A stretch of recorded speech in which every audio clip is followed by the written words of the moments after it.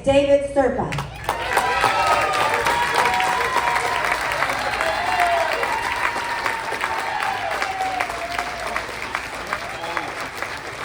Now you guys, I have one technical difficulty with Daniel Mercury.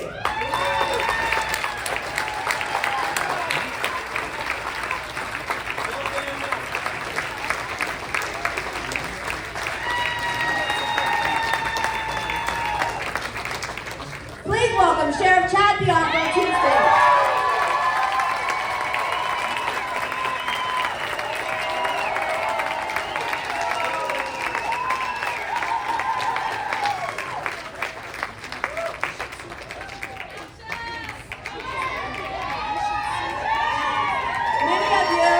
So what I want to know from you and from all you guys is first from you. What was that? What are you doing here? Ask the question, please. Don't insult. Hold up, man. Hold on. You don't know the guy.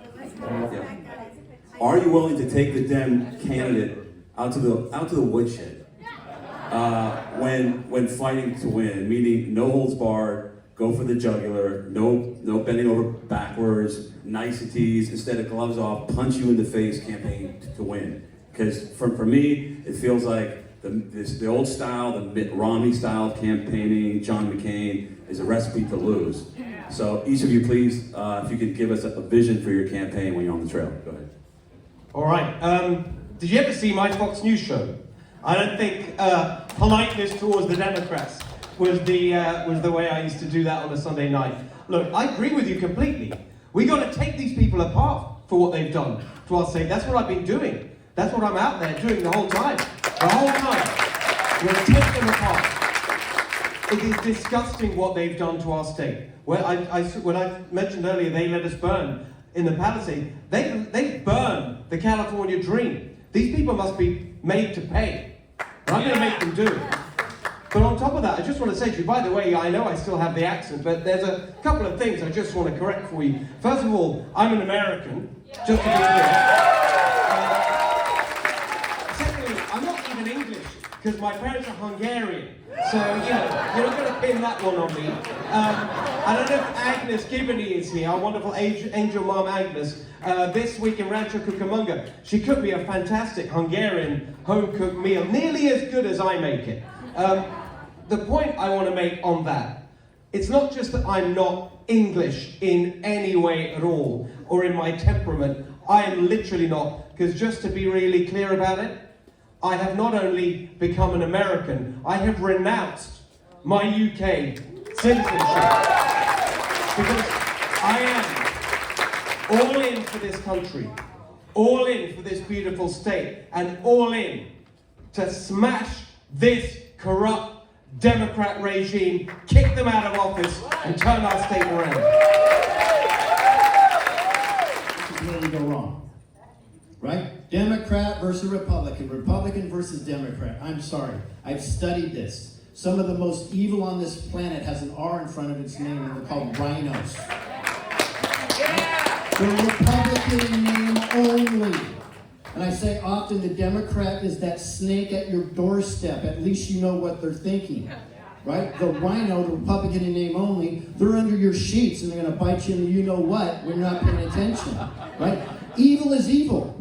Put an E next to their name, right? If you're evil, we hold you accountable. Period. End of story. Corruption is corruption. Child abuse is child abuse. Pedophiles. Jail time? No. Put a millstone around their neck.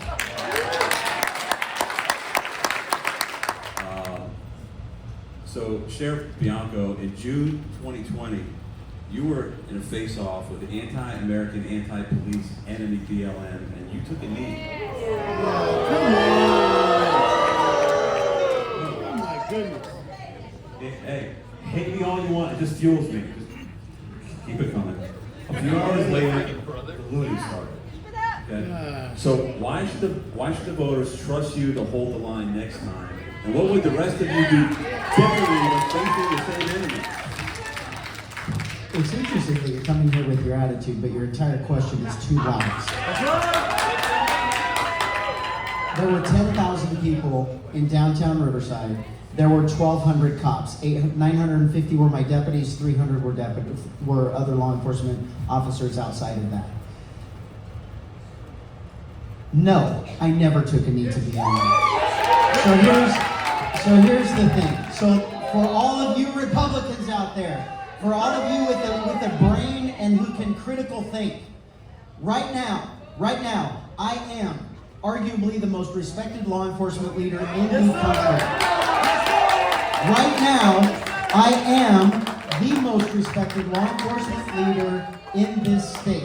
Right now, I am the most respected law enforcement leader in my county, hands down. That never could be possible with what you just said happened to me kneeling to BLM. Absolutely not. Here's the answer. My God is far bigger than BLM. My God is far bigger than this room, your silly question, or the lie that the looting started after. My job that night, after we prayed for the safety of my deputies, Don't insult me. I didn't ask you a question. we're going to add time for him interrupting me. We're going to add time for him interrupting me. Here's the thing. After I told them personally that we were shutting them down because it was turning riotous, we gave them 20 minutes to leave. They asked if they could pray for my deputies. I said absolutely, and they did. 30 minutes later, we physically, with the most force ever used against a domestic terrorist organization without killing anyone, we removed them from Riverside with zero looting, with zero damage, and with zero injuries to my deputies. And to this day, those organizations put out across their social media, do not go to Riverside County because we can't help you with Sheriff Chad Biano. It is a lie perpetrated by some candidates that never happened. So first off, I'm going to piss off everybody because that's what I like to do. Behind the woodshed is piss everybody off. Sheriff, you did kneel. But the thing is it doesn't bother me. And it shouldn't bother anybody when someone is participating in free speech. Free speech is not meant to protect comfortable speech. I can tell you this about my sheriff. Everybody, including all of the protesters, went home safe. All of the sheriffs went home safe. All of the deputies went home safe, and there was no property damage. So I'm sorry that free speech makes some people uncomfortable. That's just free speech. I'm not Republican. Oh, you hear the silence there? I am non-political preference because the California GOP is a captured operation. And they have no intent on winning anything because they don't make money when they're winning anything. Right? So we need to be honest with ourselves. Would I support some candidates? Absolutely. If it's a deep state candidate hiding under the guise of being a Republican, no, but I sure in the hell will call them out. So we'll have to look and see. March with a little bit of love. Conservative common sense approach, we absolutely, 80% of the state, the 20% are lunatics that are benefiting from the rigged elections. 80% of the state wants fair elections. Fair elections are exactly what he just said that we can all agree with. That's what we all want. Here's the thing for all of you. Stop freaking talking about it. Stop complaining and bitching about stolen elections and about election rigging, because what that does is the people, the 60% of us that don't vote, fact, that's math, 60% don't vote, and it's because they have this attitude of, it's rigged. It's rigged. There's nothing we can do. My vote doesn't count. They're picking the elections already. And I'm going to leave you with this. President Trump is the only person that can talk about stolen election. President Trump's 2020 election was stolen completely, and we all know it. And here's the thing. In 2024, he never said it once. He never said it once. He said, make it too big to rig, because he knows that the only reason way he was going to win is if those 60% of people that don't vote get off their lazy butts and go vote. Quit complaining about election rigging. We'll fix it all when you will like none of us. But we aren't going to do it till it's there. You have to sign the petition. You have to get that on the voter rolls. We have to bring people out to vote. And we have to get somebody in there to fix the system that was designed to make sure the Democrats stay there. don't know is that you can actually own your property free and clear without having to pay property tax. So one of the things is, and it's an abrogation to our rights, is the state is always run like a business. That's the dumbest thing that you can do. That has nothing to do with good governance. When it comes to running the state like a business, they force the people to have to meet on a profit margin, irrelevant if it's made in bad faith. So the states, when they joined the union, became the trustees of the land. So then the banks came in and they buy up that land, which used to be called an allodial title. An allodial title meant that you own the land, you own the soil, you own the airspace, including when it comes to some of our farmers with their water, they have senior water rights pre-legislation. That means they control all of it, that's theirs. And they're the ones who are feeding us, and yet we have corruption here in the state that charges them about $1,000 if they go over that. The problem is that the state utilizes the property to raise it up yearly so they can generate revenue. And last time I checked, I always hear, we're the 4th largest economy, right? That's great, but to whose prosperity? To the state's overinflated budget, or to the people's bank accounts? Because I know it's not in your account. So one of the best things that we can do is open up those patent offices so that you, the people, once you pay off the lien from the bank, you can now go in and find out how much is left on that actual land so you can own the property in and of itself, and watch how much higher the value of your land goes up when one day you want to pass it down or sell it. It doesn't belong to the government, it belongs to the people. That's what you're going to get with me and Daniel Marcucci. I've spent a lot of time in Kern County. I've been on the oil fields. I've studied the issue. This is an absolute insane situation we're in here in California. We have abundant oil and gas reserves in California. Not that long ago, around 80% of what we used in California, we produced in California. Now these climate fanatics have turned that on its head. We are importing nearly 80% of our oil and gas. It is a disgrace. We're shipping it in on giant supertankers. The number one provider of oil for California today, Iraq. It is insane. Here's what we're going to do. The way that they are shutting down our oil industry is not legislation, it is administrative action. Specifically, CalGEM, California Geologic and Energy Management.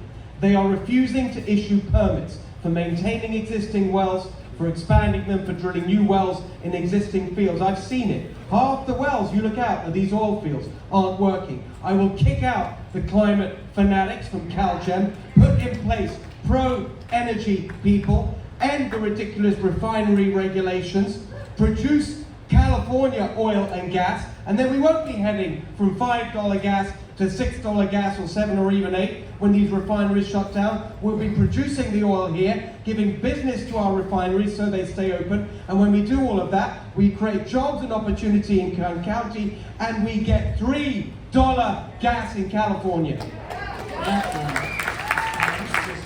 You guys need to hold them accountable. We need to hold them accountable at the ballot box so they can't write these stupid laws so that they end up being enforced. And honestly, we need to stop looking at immigration like it's this sort of two-tiered thing, where it's like, oh, well, these are the sweetheart immigrants that broke our law coming here, and these are the mean immigrants that we only go after because they're violent. This has to be a rational response. So I get your frustration, and unfortunately, they made immoral and wrong legal. So you can't go back and change the law again and then prosecute them for doing something that they did. All we can do is get them out of office. We have to expose them, we have to get them out of office. I wish it was the 1960s, 70s, and 80s. We take them behind the shed and beat the shit out of them. That's what should happen, but that can't happen. So here's the thing. Everybody wants to criticize and everybody wants to do sheriff stuff until it comes time to do sheriff shit, and then you can't do it. Here's the thing with illegal immigration. This is what we have to realize.